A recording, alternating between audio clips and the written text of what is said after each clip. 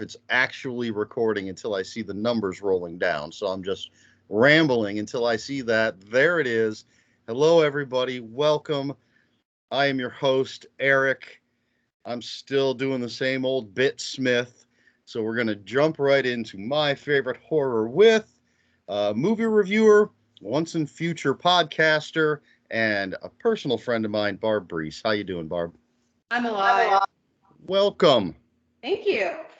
I'm happy to be here with you. First of all, I'm going to tell people there may be some technical difficulties here. Yeah. So because it's me. We'll see. Hopefully we won't get cut off, but people may have to deal with these digital things. But you know what? They can deal. It's not my fault. Technology sucks. It doesn't like me. And then second of all, I want to show off my brand new shirt. That is nice. Right there. Got all the players. This is from my niece-in-law, Olivia Miller. Very nice. So right now, I'm going to declare Olivia Miller the official sponsor of this episode of My Favorite Horror With. Very cool. She gave me this shirt. I did have to yell at her, though, because Jason is not on here. Oh, it's true. Oh, well. We all can't be perfect. We got Chucky. Charles Lee Ray right there in the middle. Have you been watching the Chucky series, by the way? I've not seen it yet. It's interesting. It's fun. It's not the best, but it does have its moments. I've been seeing a lot of people online complain about it, but it's kind of split down the middle. Go figure. It's it's fun. But I mean, look at the child's play movies. They're not anything to write home about, but they're stupid fun. You're supposed to have fun with them. I know, right? I mean, I could sit here and pick them apart, but why would you? It's a horror movie or a horror series. Killer Doll. Yeah, exactly. Yeah. You want to see that show, and I have to watch the third season of You. Okay. I got yelled at for not having watched it yet. I haven't seen any of it, so people will probably yell at me too. Oh, I love the first two seasons. Okay, so it's worth a watch. Third season just dropped last Friday, I think. Oh, okay. So I have been a bad horror fan because I really haven't been watching anything. All right, this interview is over. Okay. I'm going to bed anyway. I'm old. It's been a long week. It's been a long day. I went to Spirit Halloween earlier, and the entire town was there. The shelves were pretty much stripped bare, but my daughter, who turned 17 recently, bought her first slutty Halloween costume. So I don't know if I should be proud of that or if she just bought it out of desperation because there was really nothing left, but she was proud of herself. So I'm like, okay. Okay, whatever. But we're not doing anything for Halloween because we're new to this town and the only real thing they have going on is like a rave that costs I think it's like $75 to go to. And we're just like, no. It's like, we'll stay home and do our own thing. So the kids wanted to dress up and just sit around and watch horror movies and eat candy. And I'm good with that. I'm like, okay. So she just wanted to dress up as something. So that's our big plan. So I'm just like, okay, we'll probably go to bed early. Just because we roll like that. We're such animals now. I'm just like, yay. Every other day of the week. It's nothing new. I don't know what day our town is giving out candy, but yeah, Halloween itself is on Sunday, so I'll be doing laundry. Yeah. And probably watching horror movies. That's it. Sounds good. Excuse me. All right. So you and I met on as co-hosts of the show that shall not be named. Right. And I got the gig by responding to something on Facebook. Mm-hmm. As did I. Okay, well, that was going to be my question. How did you get it? Oh, yeah. I saw the same posting you probably did, and I responded. Well, I don't know, because you were on there before I was. Mm-hmm.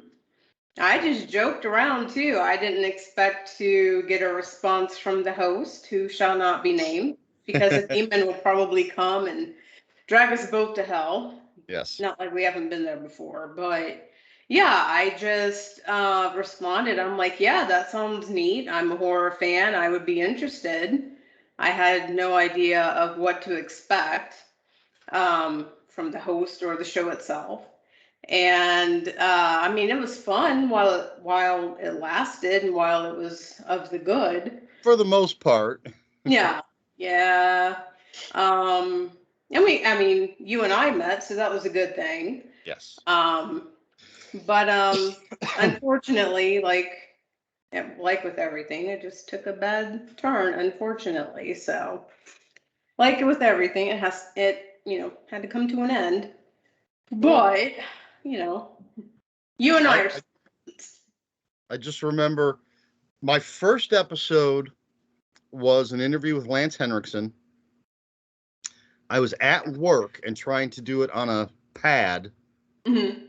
and I don't even know if I got to ask a question before I lost my connection.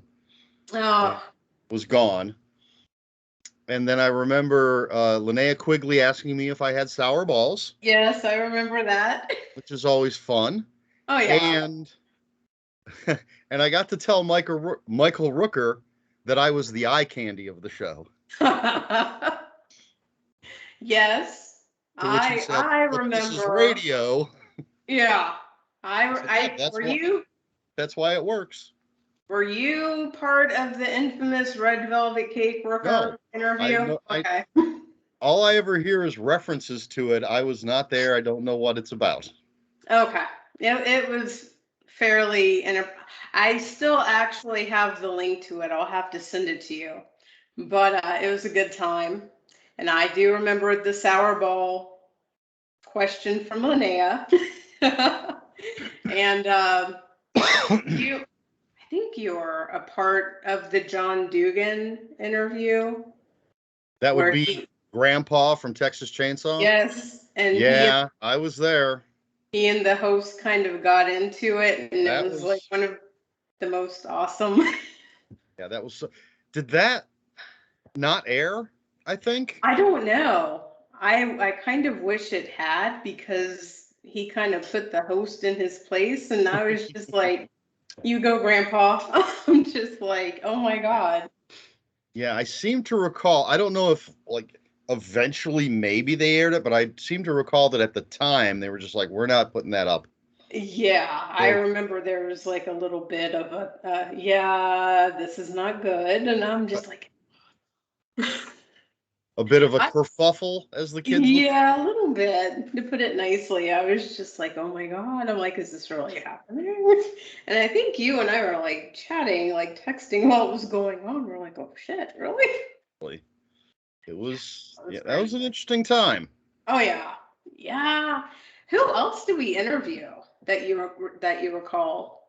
Well, actually, I could pull out. I have a notebook. Oh, do you I have the phone numbers of the really? people we talked to. Oh, What okay. whether or not those Let's call I've never used them. them. And who knows if any of them are actually still working phone numbers. True. But I have, at least at the time, had Adrian Barbeau's, Hmm. um, Doug Bradley's, perhaps, William Sadler's, Hmm. and yeah, just a bunch of others. I'd have to look, but it's about a page or so in this notebook where I have everybody's name and phone number that we Very talked to that nice. when the phone number was on the screen. But again, I've never used them. It That was would be an interesting episode. Just like call the numbers just to see who answers. see if people were. Well, I met Linnea. I'm trying to remember if I had her number. I met her at Cinema Wasteland, Hmm. and it was after she had been a co-host for a short time, Oh.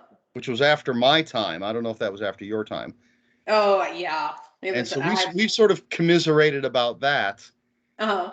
But I thought, I was like, there was someone's whose phone number I had, and I was like, I could just like stand back here and call and see if their phone rings Right? at their Oh, table no. at this convention.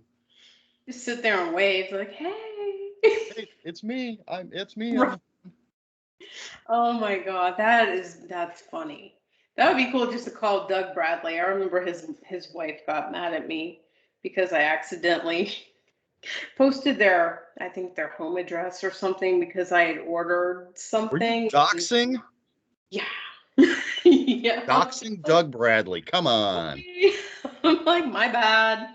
And my friend was like, yeah, you might want to go here because somebody's like really pissed off at you. I'm like, oh shit. Like, I didn't mean to do that. I'm like, I got pinheads right by me. I'm like, ah. But yeah, it was a fun time. Like I said, I mean, we got to talk to some really cool people and everything, like Ashley Lawrence and I might have her phone number. But Doug Bradley was really nice. I was like so intimidated when we first talked with him. I'm like, shit. Zoe Bell was one of my favorites. I remember her. Yeah, she was cool. She was just so down to earth. Mm-hmm. The whole time we were talking to her, I was just like, I want to get a beer with her. Yeah. I just want to go to a bar with her, get a beer, sit, and just chat and chill. Exactly. And hang out. And who was it? Oh my God. Jeremy Dreyfus, that from Last House on the Left. I don't think I was part of that. She was awesome. She was telling us how she was almost, I think she said almost kidnapped by like Charles Manson or something during the whole time of the Manson family and stuff. Oh. And she was really cool. I would have liked to hang out with her. She was like amazing. I was friends with her on Facebook for a good long time. So yeah. So, like I said, it was a good time until it turned bad. I'm gonna interrupt. I'm gonna bring this whole conversation to a screeching halt here because Okay. of something you just said. What's that? I am 2/3, 3/4 of the way through Elvira's memoirs. Oh, okay. And it is insane. I feel like I'm reading Forrest Gump Oh. with all of the people that she met, Mm-hmm. all of the twists and turns, and there's a kidnapping. Oh, wow. But like, without going into details, because anybody watching this, you should just read this book. Mm-hmm. But there's a point where she is in Italy, and I believe it's with her sister, and they don't know anybody. Right. They're just sort of wandering the streets of Italy, run into somebody she knows from Vegas, Mm-hmm. who's Okay. working on a Federico Fellini film, and is Mm-hmm. like, "You guys want to be extras in this movie?" And then all of a sudden, she's making Fellini films. Oh, wow. So like that kind of stuff just kept happening. Crazy. It's insane. Craziness. Yeah. Can you imagine? She's Just just like, yeah, I spent this one night just chatting with Elvis after like a show, nothing. hanging out. You, man, here's something weird. My dad actually was a driver for Elvis in Jacksonville, Florida. God. And he had pictures with Elvis. Nice. And it sucks because, my father passed away a few years ago. And before I was able to get my hands on the photographs, like somebody stole them because, they came and cleared out my folks' house. Mm-hmm. And like I was livid. I was just like, you would think that I would have had like a heads up, like, hey, come get, what you want for sentimental purposes. Because my dad had like an amazing collection of just everything. And it just all got thrown away. Or whoever took whatever out of my folks' house, they probably kept it or sold it for, whatever gain they got from it. But I was so mad because I remember the photographs. My dad was with Elvis, my dad was like a young man, And I mean, he was shaking Elvis's hand and everything. And I remember my dad telling me stories and everything. And I'm like, my God, you're so cool and everything. And, just to live back in those days where, I'm sure my dad was like starstruck to be driving Elvis around. But, I would have loved to have had just that memorabilia just to show my kids because, my son was born on Elvis's birthday. And I remember when I was pregnant with him, I called my dad and I was like, Dad, guess what? And he's like, what? I'm like, you're going to have a grandson. And when I told my dad, the date I was going to have him, I'm like, he's going to be born on Elvis's birthday. And my dad was just like, he was all just over the moon about it. He was like, oh my God. So it was like a moment. I'm just like, wow. So yeah, hearing that about Elvira and Elvis, it just like triggered a memory. And I'm just like, oh man. I'm just like, so yeah, that sucks. But, I mean, you hear things like that. You just like, you can like feel somebody's just like, oh my God, yeah, I hung out with this person. You just don't Yep. get those things nowadays, because there's not, I mean, I guess there are big celebrities like that, but not as big as like Elvis or something. Just like if Elvis were still alive today, like I would be like, oh my God, that would be somebody I would have like run to and been like, Elvis, oh my God. But I digress.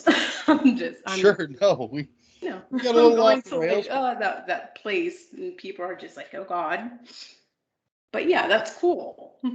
That's what my show's all about. We talk about whatever the hell we want. Yeah, Are you still writing reviews? yeah. I didn't even notice that I've been writing for Ravenous Monster for as long as I have. I was writing a resume recently, and I've been writing for Ravenous Monster for like about 4.5 years now. Oh And wow. I guess, yeah. And it doesn't feel like I've been writing for that website for that long. But yeah, I'm still, trucking at it. I'm just like, okay. The movies that I've been reviewing lately, I'm just like, okay. The last one I reviewed, what was it called? It was called The Retaliators. Hmm. And it was being touted as like the big rock and roll movie of the year because it had cameos by Tommy Lee of Motley Crue. It had members of Five Finger Death Punch and a cameo from what's his name, the singer of Papa Roach. And so I'm like, well, that sounds interesting. I'm like, okay. So I gave that a watch, and it wasn't horrible. It was original, which I've been looking for because everything lately, it's either reboot or redo, Mm. or there's no real original ideas out there anymore. And that's what I've been looking for. That's what catches my attention. And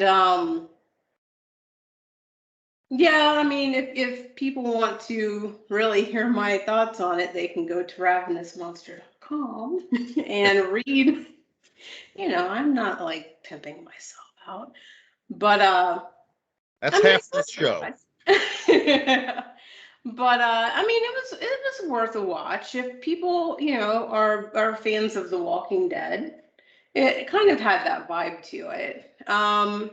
It had a good premise. I think it was over ambitious and it took on a little too much.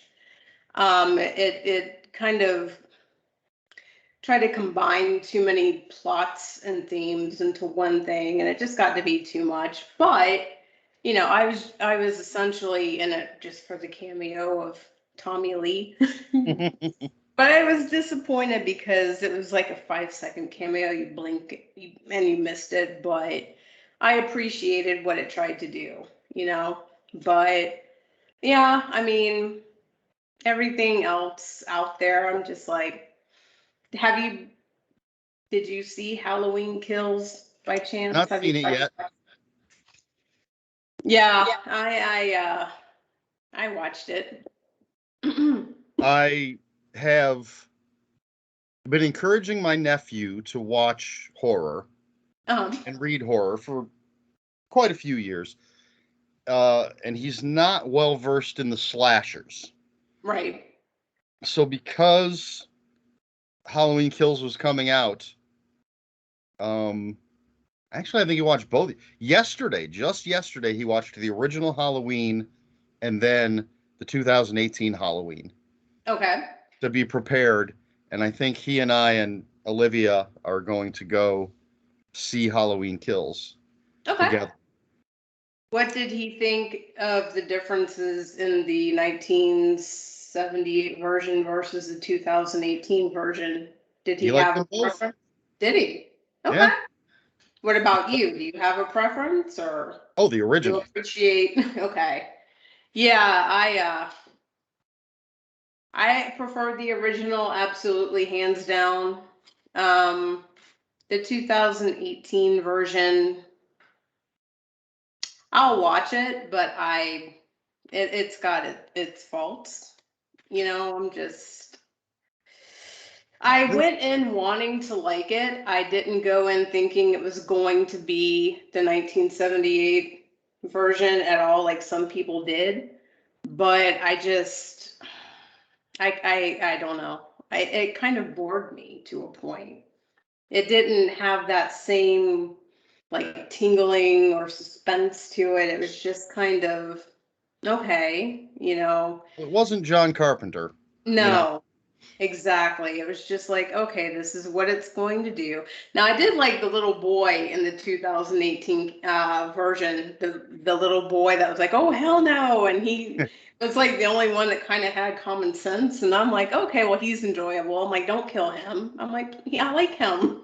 Everything else, they overhype it and they get people so excited because people they like nostalgia. They like when the original characters come back and they have like that mindset like, oh, well, this is going to happen and that's going to happen because this character is back. And when things don't happen the way they want to or the way they think they're supposed to, then they get all Right. pissy. And, I mean, I didn't go in thinking anything like that was going to happen, but I would have liked to see events happen different ways from how they did. So I'm just like, I don't know, it just kind of bored me. And with this new movie, I was kind of the same way. I wasn't impressed with anything. And to hear everybody being so divisive about it, I'm just like, it's a horror movie. It's not going to be perfect. You're not going to get what you want. And Well, see, here's my take. okay. Stop. People need to stop wanting things. Yeah, they need to just watch it and let it be. Just go and And see the movie. yeah, exactly. Um, that's I try never to have expectations regarding a movie, Yeah. except, I mean, just the general expectation that I'm going to be entertained. Hmm. And if I'm not, that's when I'm disappointed. Yeah. But going to see the 2018 Halloween, I mean, it obviously was not a remake. I think most anybody on social media would have known that it was essentially a direct sequel to the original movie, Hmm. not a reboot, not a remake or anything. Other than that, I had no expectations. I'm going to Hmm. see a Halloween movie, or I didn't actually go and see it. I saw it after it came out on home video, but I'm Right. sitting down to watch a Halloween movie, and let's just let it be what it is. People need to chill. Yeah. I'm always either you're gonna like it or you're not gonna like it.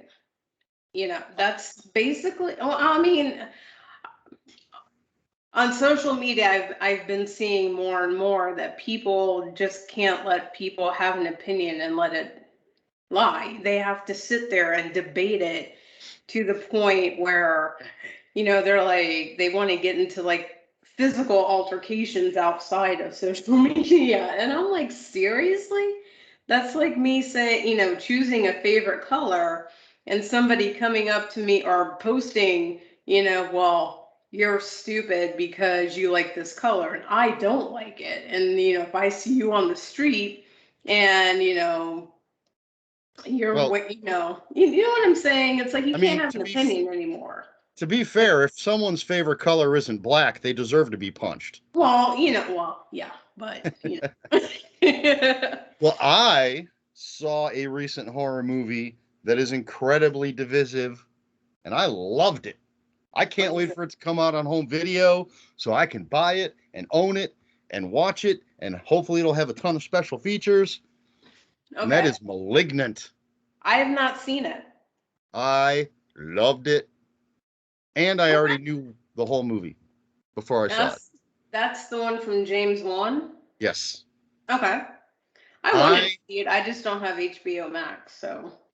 Well, we have my sister's boyfriend put his account on our TV. Oh. Um, but I listened to one of my favorite podcasts is How Did This Get Made? Uh-huh. And they did an episode on Malignant, and I actually listened to their episode before I saw the movie. Because initially I was just like, yeah, it looks cool. I'll watch it when it comes out on home video or when it's on some other streaming service that's, whatever. But then I Mhm. listened to their thing, and even though they gave away everything, I was like, oh, I have to see this now. Right. And I watched it, and even knowing everything, I loved it. Yeah. I'll watch it at some point. That's another, yeah, like you said, that's another one that had people just like drawing the line. Either they loved it or they hated it, and I'm just like, whatever. Mhm. I'm just tired of hearing people argue about everything, even if it's nothing. They have to argue about it. It's just like, shut up. There's a couple movies out on Blu-ray right now, just came out in the last couple weeks that I want to pick up, but I'm always spending money on books like a crazy person. It's to the point now where it's better to read shit than watch it, I think. Well, and one of the movies I saw in the theater, but again, I want all the special features. But Free Guy, Mhm. the Ryan Reynolds movie, saw that in Right. the theater. It's hilarious. But I'd like to pick that up, and then I'm gambling because the Forever Purge Hmm. came out, and I haven't seen the first Purge yet, even though I own it, but I like the first three Purge movies. I've not seen any of them. You are like Are they? completely frozen now. You are too. Am I? Yes. Well, that's just craziness because I can see me moving around. Okay. You are completely frozen. Now you're starting to kind of move, like in that kind of there. Well, kind of. There you go. You're starting to unfreeze. We'll see. You're still completely frozen. We're gonna see what happens with this. We're gonna keep going, I think. Okay. And It's technology. It hates me. It's just like, no. It's like we'll work all week, and then when you need me to work, I'm not going to. I'm going to cough block you. this will So be, yeah, I mean, it'll be split screen. So if people don't like what your side of the screen's doing, they can just cover that. that's fine. They can just watch me. Well, let's jump into our main feature, Okay. which is the Angela Bettis starring, written and directed by Lucky McKee, May. Right there. There we go, folks. Yay. Um, so a couple of things before we get into this.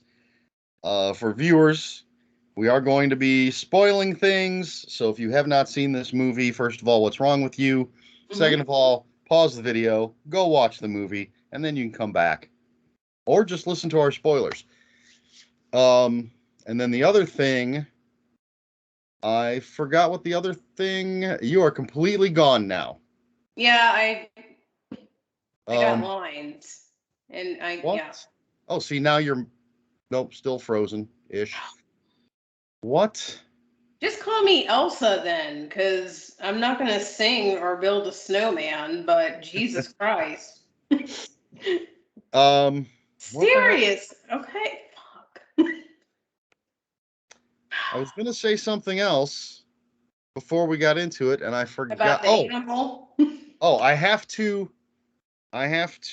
Full disclosure. When I contacted you about doing this, you said you wanted to do the movie Carrie. Yes, I did. And I made a joke, and I said, I assume you're talking about the remake. And No, I you wasn't, but responded with, of course I'm talking about the remake, LOL, something along those lines. you know, the remakes were not bad overall. Yeah, I don't But I know. said, then I responded with, well, now do you mean the theatrically released remake? Or do you mean the made for TV New one. Yeah. miniseries Angela Bettis remake? At which point I continued typing into our message and I said, holy shit, someone needs to pick the movie May to talk about. And then I was like, let's change it to May. He said, Damn it. let's change it to May. Yeah. Because nobody talks about it. And everyone who I told, they had never heard of the movie May. And I'm like, how have you never heard of May? Everybody needs to see this movie. Yes. And I'm like, you've never heard of this movie? Because I loved it upon the first viewing of it. I thought it was fucking brilliant. And Absolutely. Same here. yeah. And I'm just like, this Lucky McKee guy is fantastic. I'm like, how have I not heard of him before? I want to watch everything he makes. I'm just like, okay, I'm in love with him. And Yeah. yeah, I watched it. I don't know how many times after the first time I watched it. I was just like, what did I just watch? I'm like, I need more. And I mean, what has he done? Has he done anything in the recent years? I mean, he Well, hasn't done a lot. before we get into all this, Yeah. there's a formula here. Come on. We'll No, get I into need that. to know now, damn it. But first of all, um, can you give us a quick synopsis of the movie? Or tell I us what the movie's can. about. Yeah, well, May is like this really introverted, really strange girl who at first we're introduced to her and she's got this lazy eye and it's presented as like this really big issue. Her mother's like cover it up and everyone's like ooh, and she's got to wear this patch and all these little kids are like, are you a pirate? And real quick, I related to this because my cousin had a lazy eye. She had a patch and I tried to drown her when I was little because she stepped all over my toys and pissed me off, so I tried to drown her in the bathtub. But anyway, so moving on, we just see that she's awkward. She's given a doll by her mother. She's like, this doll was my best friend when I was little, and now she's going to be your best friend. And essentially, she's like, if you can't meet friends, make a friend. And so we see May go. She has a job at a veterinarian's office and she tries to make friends, and people are like, wow, you're really weird and everything. And she tries to fit in, but she can't quite fit in, but she fits in enough to like win like the curiosities of Anna Faris, who's like kind of this little lesbian chick that finds May or fascinating. And then we meet Jeremy Sisto, who's kind of a dick, but he's kind of like, okay, you're weird, but I like weird. And so May is like, okay, but she's got this fascination with his hands. Moving on. It just kind of goes on, and May, she comes into like, she gets her eye fixed and she comes into like being quote unquote normal. Mhm. Well, she looks normal, but then stuff happens and she's faced with like betrayal of people who she's like befriended. And then she starts losing her shit. blah, blah, blah. And then it turns into like a female Frankensteinian story, essentially. And he kind of makes, not spoiler alert, I guess she makes a friend at the end. Okay, first of all, that was not quick. Well, sorry, but it's me. You know I have to like drone on, damn it. Now I'm going to go back and answer your earlier question. According to IMDb, Lucky McKee in 2019 had a movie called Deathcember. Okay. And in 2019, a movie called Kindred Spirits. After May, he did a movie called The Woods, which I have not seen. Mm-mm. He did an episode of Masters of Horror with Angela Bettis and Aaron Gray. I have that episode. I have it signed by Aaron Gray or whatever her name is. I feel like I might be. He directed Red, the Jack Ketchum story. Oh, okay. And of course, he did The Woman. Yeah, with Paulina McIntosh. Okay. Yes, and All Cheerleaders Die.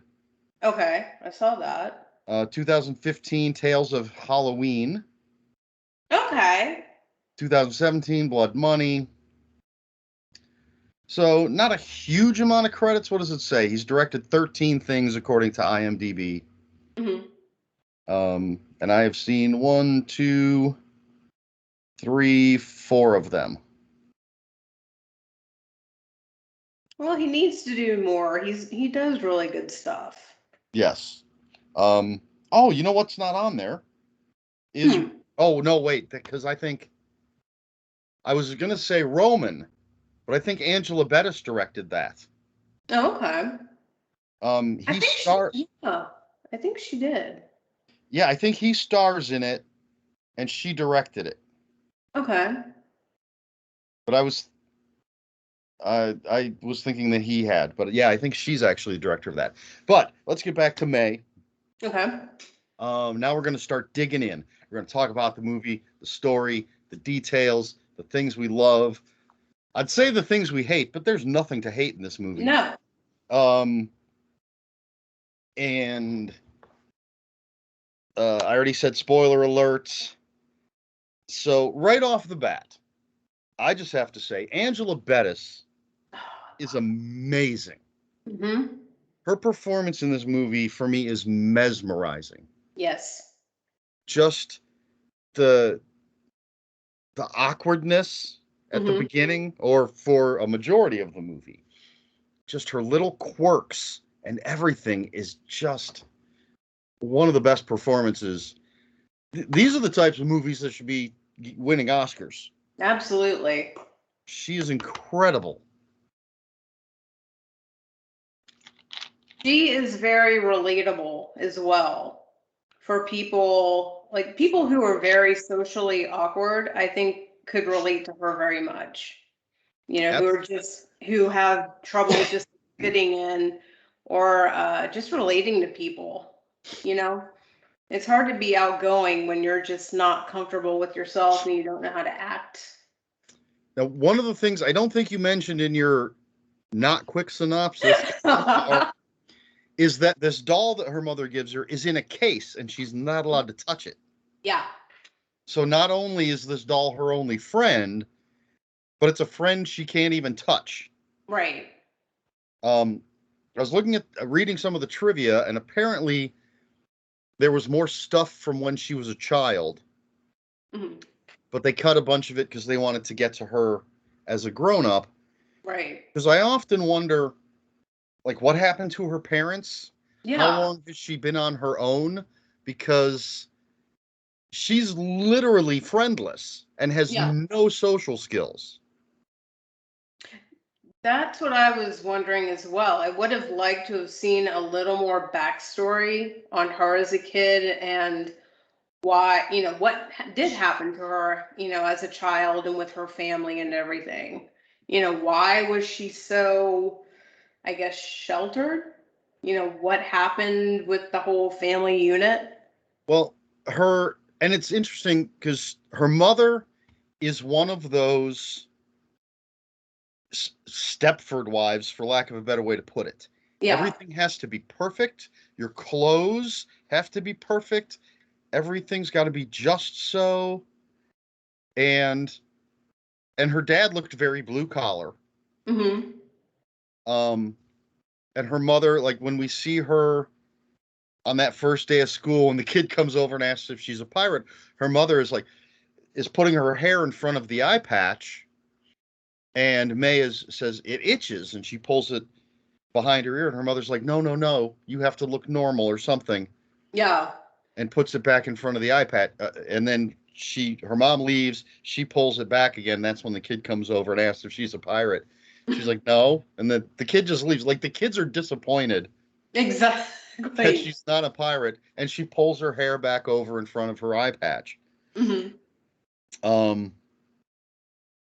And then we have the scene at her birthday where she gets the doll and is told she can't touch it, and then we go from there straight to her being an adult. Yeah.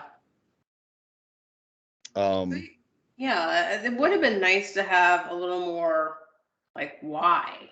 A little more, just like, why is she like that? Why is, what happened between her being a kid and her being, because, I mean, obviously we have the influence of her mother wanting everything to be perfect, and May's not perfect. She has a problem with the cross eye. And we've seen kids sort of reject her because she's different. Mm-hmm. But she's obviously gone through high school, gone to a secondary school because she's working for a veterinarian. Mm-hmm. So you would think at that point, her peer group isn't still little kids rejecting her because she has an eye patch or a lazy eye. So there has to be social awkwardness that put people off. Yeah. I mean, did her parents just keep on her because of a lazy eye? Because I know plenty of people who've had a lazy eye and they get along just fine, and it's really not that big of a deal. Well, she has glasses. As an adult, she's wearing glasses that straighten her eyes out. Yeah. Essentially. And then you mentioned Jeremy Sisto. So she's working at the vet. We meet Anna Faris. And she'd already done 2 scary movies before this, which I thought this was first. But my impression from having watched it before was that Anna Faris was playing with May. Yeah. But watching it this time, I don't think she is. I think she genuinely likes May. Mm-hmm.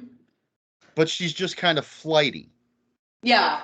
And that's why she ends up fooling around with the other woman as well. Mm-hmm. And then you said Jeremy Sisto's kind of a dick.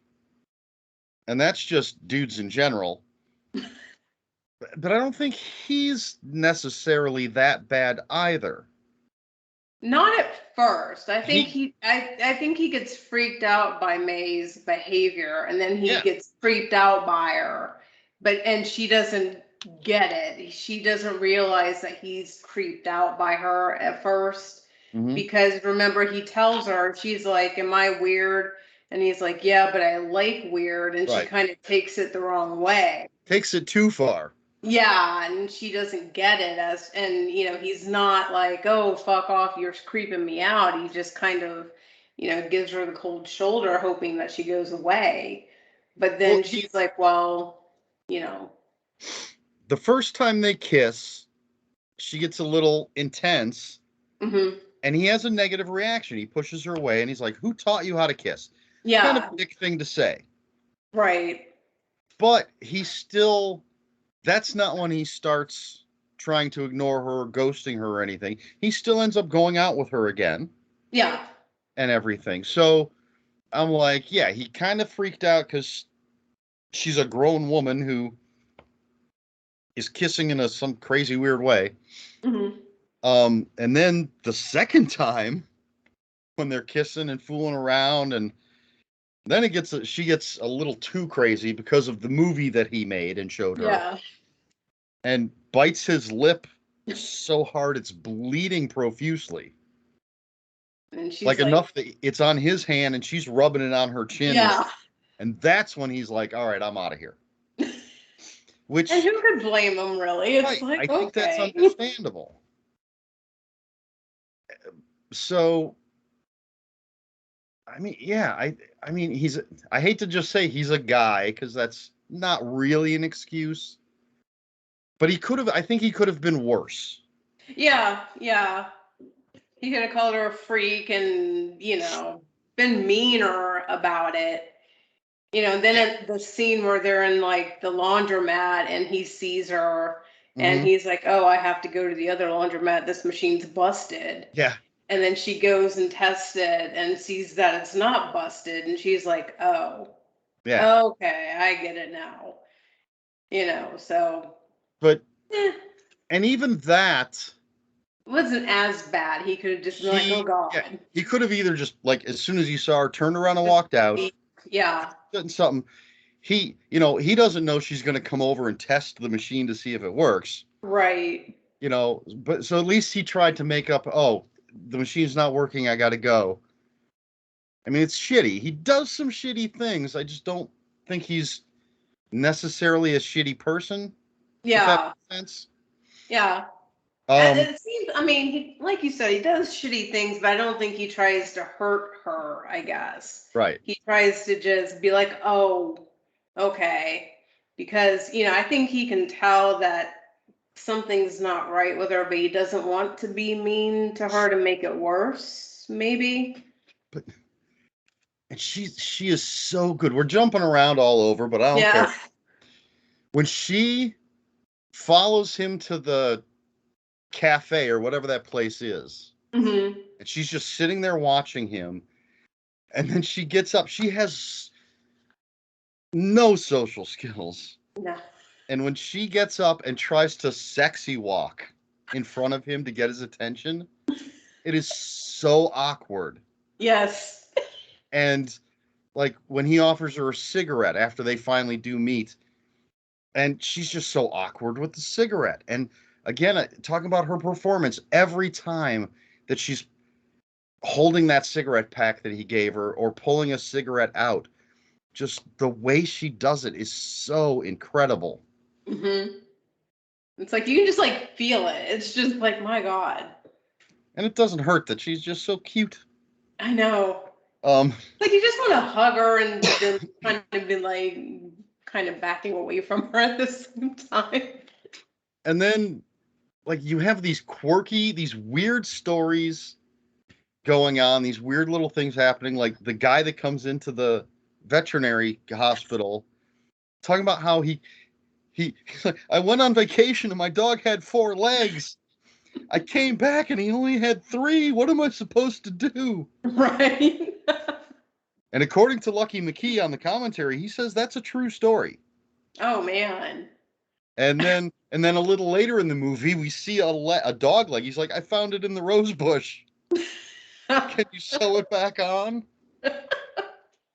And May is a seamstress. We didn't mention that. She's like, yeah, I Yeah, can sew it I back on. can.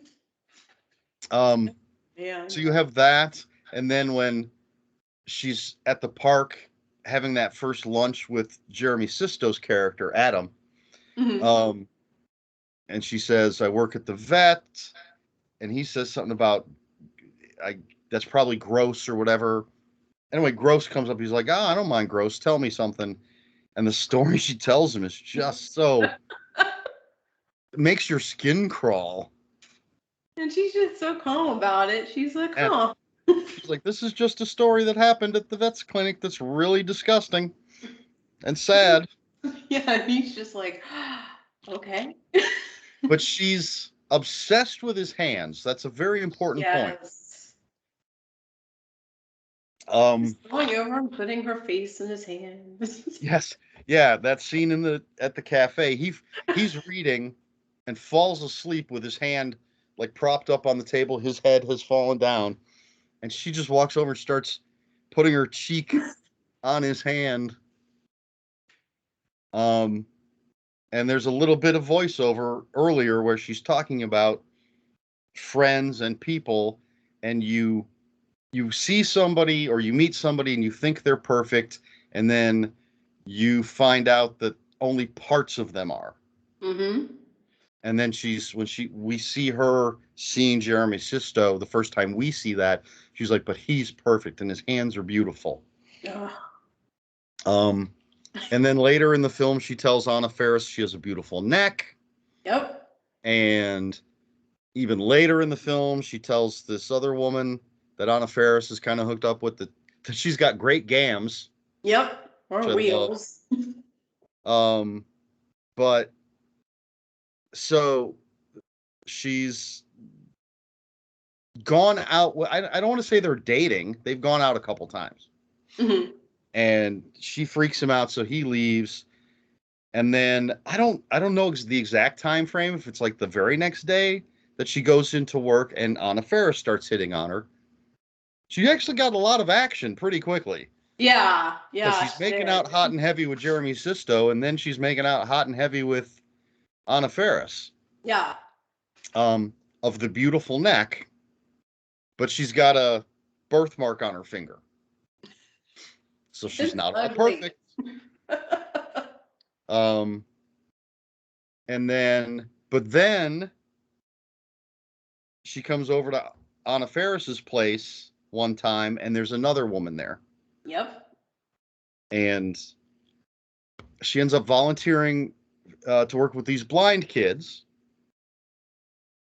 And yeah, we're jumping around, skipping stuff. Every time something bad happens to her, the glass on the case that holds her doll Susie cracks. Yep. Which I'm usually pretty dense, but even I know that is May's mind cracking. Exactly. Her mind is fracturing because of these events that are happening, and it's represented by the cracks in this case. Mm-hmm. But in a horrifying scene, she takes the case with Susie to the classroom with the blind kids. Not a good idea. And she says, "This is my best friend." And these kids are touching it, and they're like, "It's just a box." And she's like, "Well, my friend's in the box. You can't touch her." And they're like, let her out. And there's a tug of war. Box falls. The case shatters. There's glass all over the floor. And the kids are like, "Oh, she's out of the box," and fall down on their hands and knees on this shredded glass. And it's just painful to see. Yes. And then and May gets some glass on her hands and rubs her eyes, which is also painful to see. Yes, the eye scenes throughout the movie. I'm just like, oh, I can't. So she's come out of her shell a little bit. She's almost completely broken down, though, at this point, because now Susie shattered when the case shattered. Mm-hmm. Oh, and I forgot about the cat. Oh, no. I have to, speaking of rubbing one's eyes, hopefully I don't have glass on my finger. No. But my eyes are itchy a little bit. Anna Faris's character gives her a cat, and she gets upset. One of the blind girls had made her a clay ashtray. She gets upset at the cat, throws the ashtray at it, and kills the cat. Oh, no. And she's she's carrying the cat around and has a can of air freshener that she keeps spraying. But she's sitting at a bus stop, and this dude with a crazy mohawk, spiky hairdo comes up, and they end up going to her place, and she's admiring his arms. Yep. And this is leading to one of my favorite lines in all of cinema history. So he's so funny. He's like, "Oh, it's really getting hot in here. You mind if I take my shirt off?" She's like, "I don't care." Like, do what you want. And then he's like, "Oh, it's still hot in here. Do you have any ice I can rub on my nipples?" And he heads towards the freezer, and she's like, "Stop, don't." But he opens the freezer and sees the dead cat inside the freezer. So he freaks out, and she says something about, can't we be friends? He says, like, I'm not going to be your friend. And she grabs a pair of scissors and kills him.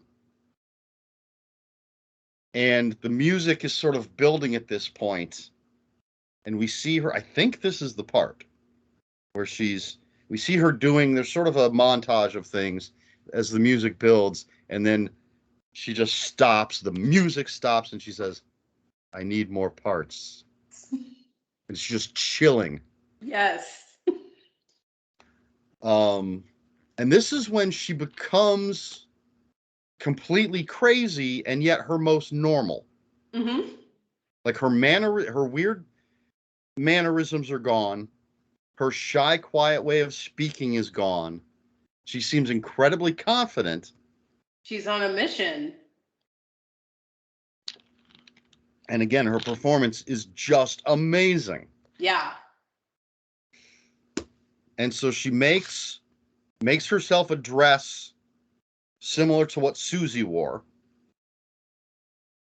and goes to get all her favorite parts.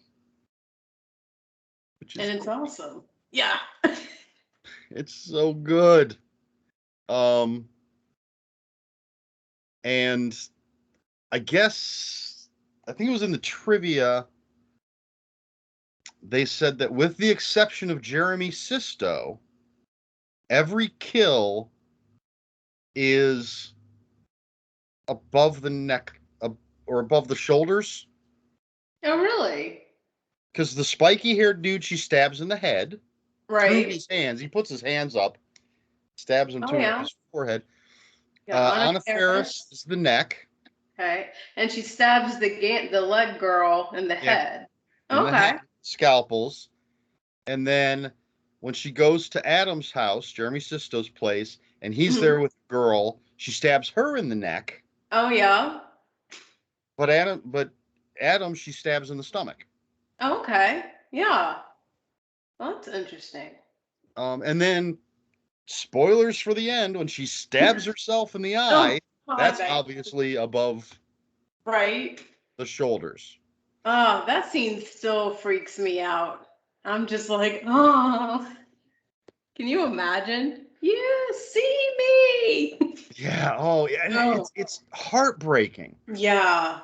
It is so hard. Even though she's just murdered a bunch of people, Yeah. it's heartbreaking.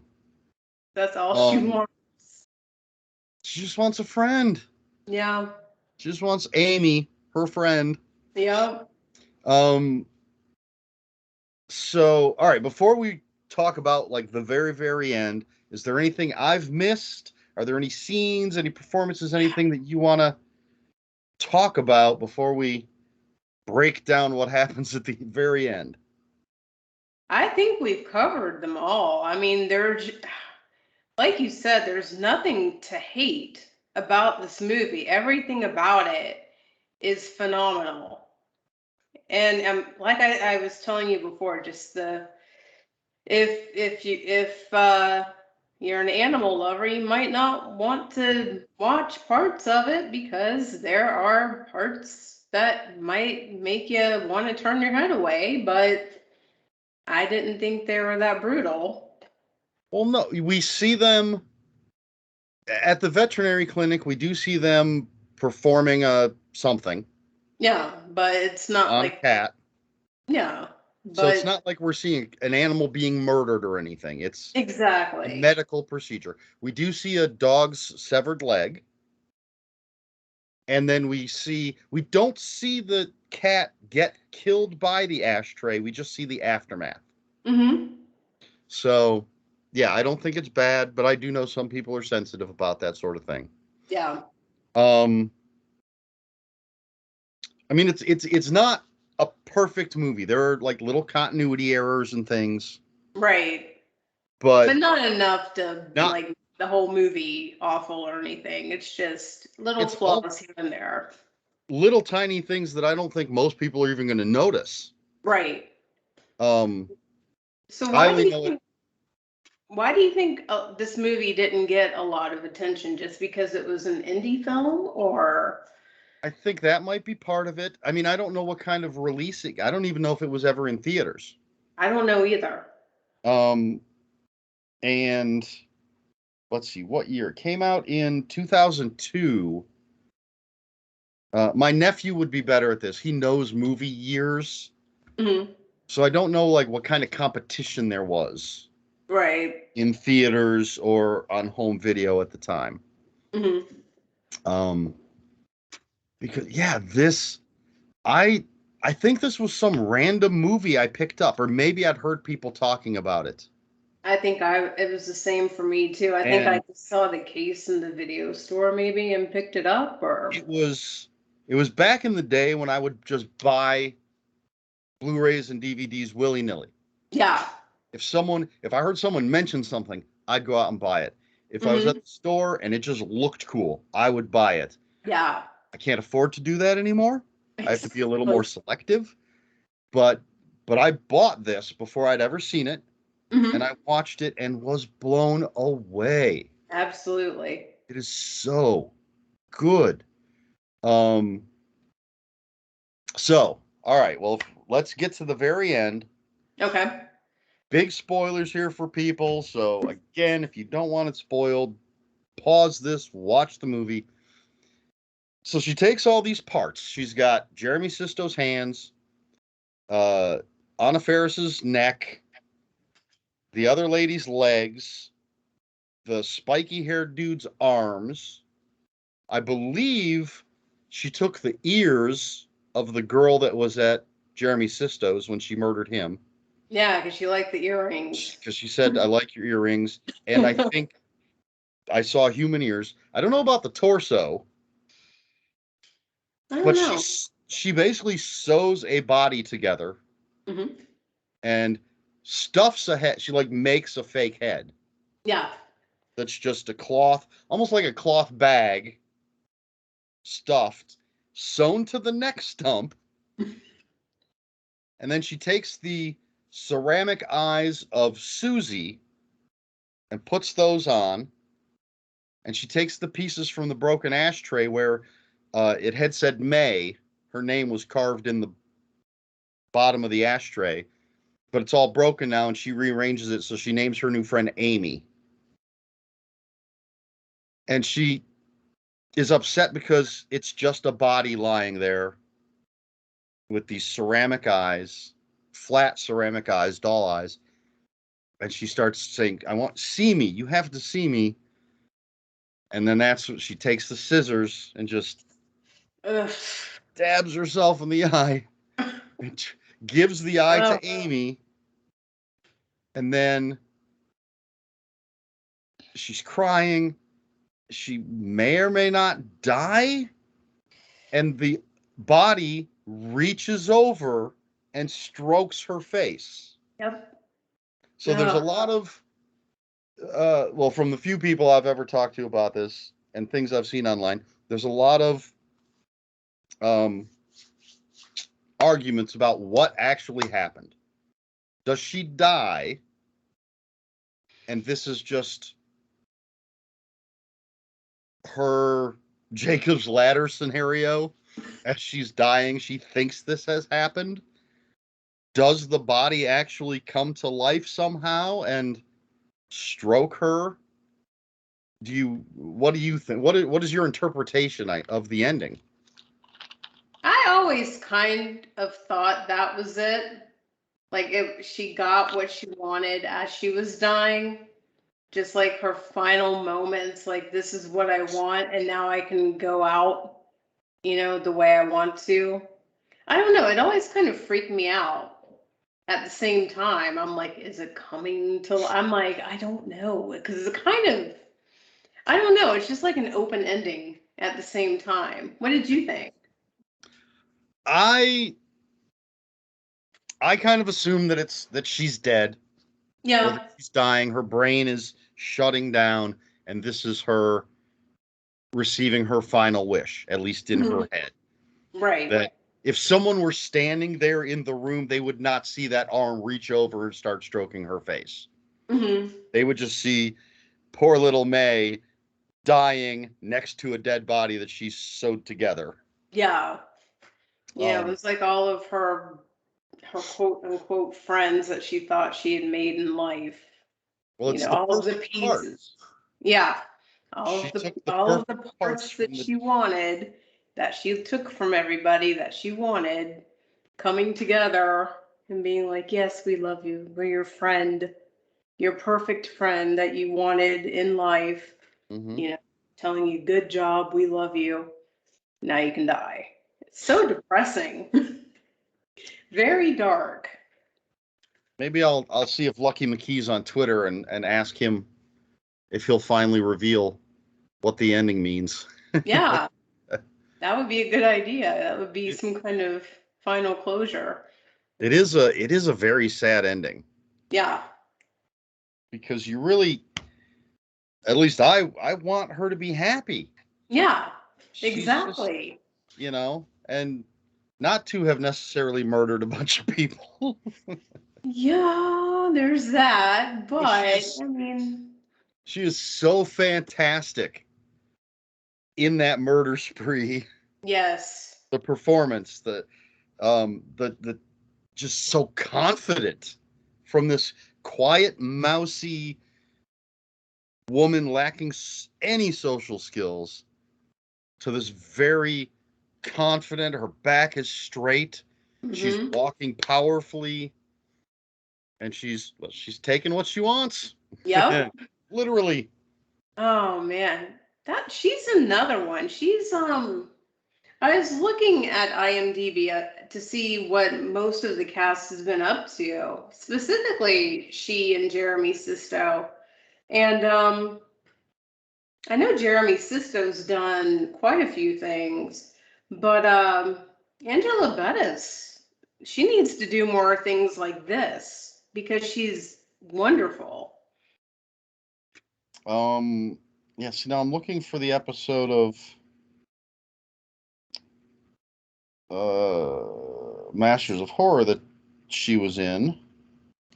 I know she did a couple of episodes of Dexter, I think in a later season. I think it was like season 8, maybe the last season, or a season closer to the final season, maybe. I knew this. So I'm looking at her IMDb. She has 47 acting credits listed on IMDb, Hmm. including 12-hour shift Oh, okay. from 2020. I knew she was in that. I forgot. I haven't seen it yet. Um, but where is the Masters of Horror? And she's in The Woman. Hmm. She's in an episode of House. Some other stuff. Okay, Masters of Horror. The episode Sick Girl, which was directed by Lucky McKee. I just want to double check. Aaron Brown is the. I said Aaron Gray, I think. Aaron Brown is the other main woman that's in that episode of Masters of Horror. She's the one I met at Horror Hound Weekend, and I have her autograph on this episode of Masters of Horror. Okay, cool. Um, I would love to have met Angela Bettis and gotten her Oh, signature yeah. there. That would have been great. Oh, and Legs. The girl with the nice gams is in that episode of Masters of Horror as well. Oh, no way. Obviously, Lucky McKee has people he likes to work with. Yeah. She's the director of two things. Angela Bettis is Roman, Oh, as we okay. said, Yeah. and apparently has a segment in the ABCs of Death. Oh, really? I didn't know that. I have not seen that, so I would not have known that either. I haven't watched it in a while. I know Jeremy Sisto also has been doing a lot of voice work for things too. Trying to think. I feel like I just saw something he did the voice for. Um, I loved him on Law and Order Hmm. with I think Anthony he's a great Anderson. actor. He doesn't get a lot of credit for a lot of things he does. Well, apparently they're bringing back Law and Order, the original, Oh, and okay. not as a reboot or anything. They're literally saying it's going to be season 21. Oh, wow. And so there's all sorts of rumors flying about who they're bringing back and everything. I would love to see both Jeremy Sisto and Anthony Anderson back as the detectives. That would be awesome. All right, I've gone to his IMDb. The guy with the hair, isn't that James Duval? Was that James Yes, Duval? James Okay. Du. Oh, so he is currently in 61 out of 61 episodes of FBI. Okay. So he's probably not going to be in a new Law and Order if he's still doing FBI. I have not watched that. I almost I never don't. watch network shows anymore. Yeah. Um, See, now I'm just looking to see what voice work he's done. He's Ferdinand's father in the animated Bull movie Ferdinand. Okay. That is not what I saw him in doing a voice, so I don't know. I might have I seen him don't in. know. He's got such a distinctive voice too. I wanted to say that I've heard him in something. He's in a I couple can't episodes of American Dad. He's in a Batman and Robin animated movie, Batman versus Robin. Okay, that might have been it. He's the voice of Talon. Maybe it was that, because I think Ryan was watching something not too long ago. And Talon works for the Court of Owls, if I'm not mistaken. So I have not seen that particular animated movie, but it must have. I would guess it has. He's Batman in Justice League: The New Frontier. I've seen that. Hmm. So he's the voice of Batman for that. Tons of movies and TV shows. Did not mean to click on that. Let's go backwards.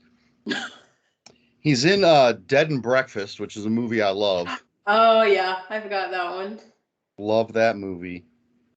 And of course, Wrong Turn, Hmm. which is I love that movie. So yeah, now I'm just like naming the dude's credits. um, Tons of he has what was it 111 credits as an actor on IMDb. Oh man. Um, yeah, I dig Jeremy Sisto, Yeah. and Angela Bettis is probably possibly best known for being in Girl Interrupted. Yeah. I'm a Or- fucking tree or whatever when she's yeah, like doing the yoga or whatever with the other girls. Oh, I but used to dig that movie too. I haven't watched it in a long time. I just yeah, her performance in May is just incredible. Yeah. I think this movie turned me on to her, and I think this is the movie that made me want to see more of her. And going back to Carrie, when she portrayed Carrie in the TV adaptation, I didn't like the movie overall, but I did like her as Carrie. I thought she portrayed Carrie with her awkwardness again very well.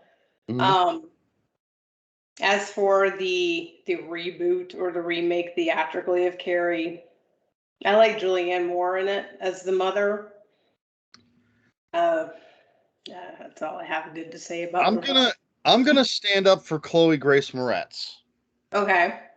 because a lot of what I was hearing when that movie came out was people saying there's no way that she would be an outsider because she's too good looking.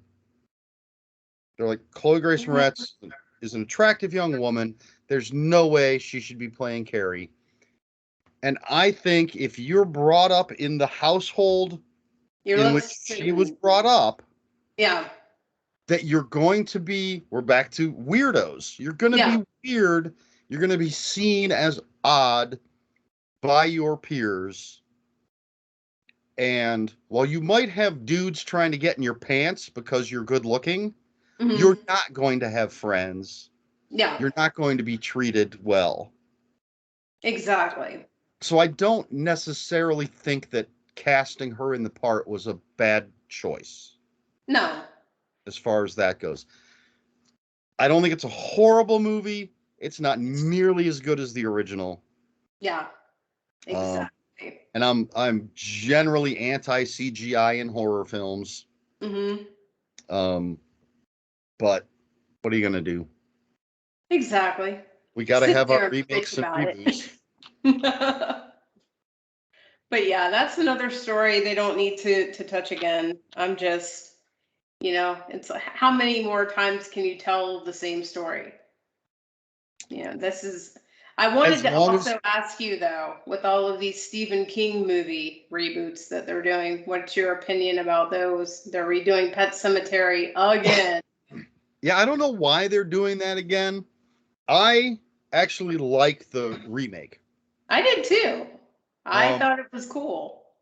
my biggest problem is that they gave away the big difference in the In the trailers. trailer, yeah. I'm like, Um, I don't understand why they do that. and it actually prompted me to go back and reread the book Um, because, and regular viewers of my YouTube channel are probably getting tired of hearing this, but for decades, I would tell people that Pet Cemetery was the second most boring book I had ever read. really? I read it back in 1990 Okay. and hated it. I thought it was boring as hell. No way. But after watching the remake, I Uh-huh. decided to give it another try, and now it is one of my favorite Stephen King books ever. Good deal. I absolutely love it. Yeah. So I assume I was just like in the wrong mood for it at the time when I first read it or Probably. something, or burned out on Stephen King at that Yeah, time. that could be. I could see how that could happen because I was burned out on for a while. Yeah, I've Um, read Pet Cemetery as a teenager and it kept me up at night. So yeah, well, I'm glad you like the book now because it still gives me the heebies when I reread it. I'm just like, oh God. Loved it. Didn't want to put it down. Yeah. Let me ask you this, because I've gotten mostly one opinion. There's been a few dissenting opinions. Okay. I just recently bought on Blu-ray It Chapter 2. Okay. Have not watched it yet. I've had a number of people tell me that I wasted $7.50, and if I watch it, I will have wasted 2 hours or however long it is. All right. Um, I think I've had one person say, no, it wasn't that bad. So what do you, assuming you've seen it, Yeah, I've do watched you, it. did I waste $7.50 plus tax? Um, I don't know. I don't think you wasted it. I mean, watch it. I mean, I kind of liked it. It wasn't the greatest, but I don't think it's the worst thing that you'll ever have watched. I mean, it's worth $7, I think. Well, No, I mean it's got Bill Hader in it, so it's not horrible. I was gonna Okay. say Yeah. that everybody, even the people that say it's not worth $7.50 plus tax, say that Bill Hader is fantastic. He's awesome in it. It's got its moments. I mean, it kind of drags in spots, but it's still worth a watch. You might not want to watch it again, but you you might like it. I mean, you might find something enjoyable about it. So, yeah, watch it. At least you didn't pay like the 20 bucks a week. There's our buddy right there. It's Pennywise, man. If nothing else, you get to watch Pennywise do what Pennywise does with Bill Hader. Yeah, I didn't hate it. good You to know, know. I my son liked it. He wanted to be Pennywise for Halloween this year, and the only costume we could find at Stupid Spirit cost $100. Yeah, So we didn't. I saw you post Yeah. about that. So had we liked both movies a lot, maybe we wouldn't have paid that much for the costume. But yeah, you know. All right, cool. Um, all right. Anything at all left to say about May? May is awesome. Now, it is a hard movie to find a physical copy of. I looked on Amazon. See, I've got mine in a little envelope. But from what I've been told, you can buy or rent it on YouTube. I don't know how much it is to do so. And if you have the Tubi app, which I don't, but I've heard that it's free to watch on there. It's available. So if you've enjoyed mine and Eric's banter about it, you can find it on there. And I suggest that you watch it because it's a fucking awesome film. I think this is a movie that needs like a Scream Factory special edition. Absolutely. I want And more special again, features. this is why I am happy you brought it up and why I changed my choice to talk about it, because it needs attention. It's a fantastic movie and it doesn't get the recognition it deserves because it is a phenomenal movie and there's not been one like it, thankfully, because it doesn't need to be rebooted by Right. any means. Yes. And it's perfect. It's a perfect movie, even though it is flawed a little bit. But yeah, it's disturbing and it's dark and it's sad, but it's funny and it touches on so many things, and it deserves more attention than it's received over the years. So yeah, we're Yep. doing our part. I agree with all of that. Awesome. All right. Do you have anything to plug? I'm currently in the process of working on a podcast, but that's pretty much all I can say about it right now. Okay. Once I get it off of the ground, hopefully by the end of the year, I will be able to talk more about it. And Eric, I've already extended the invitation for you to come on. So Yay. I will keep you posted. But as of right now, I will still be cranking out reviews for Ravenous Monster. Okay. And you can find those at ravenousmonster.com. And that's about it. Other than that, I'm just here Do you want to doing my thing. share where people can find you on social media? I don't want anyone finding me on social Okay. media. That's completely acceptable. I have enough people looking for me. I don't want any more. All right. Okay, well, I'm gonna do my little outro. If you can stick around for a minute. Thank you very much for coming on Yes, the sir. show. Absolutely. Thank you for having me. I don't Even though thank I'm you for your blacked out, technical but maybe that's for the difficulties. better. um, so there you have it, folks. That was Barb Breese. We were talking about the wonderful movie May. If you have any comments or questions, put them in the comments below. I don't know what the next episode of my show is going to be, but by the time this goes up, I'll have it in the description below. So I'm trying to do that so people have a chance to watch stuff before we talk about it. I think that's it. Please like, share, and subscribe. That's all I've got for you. So until next time, folks, read more books.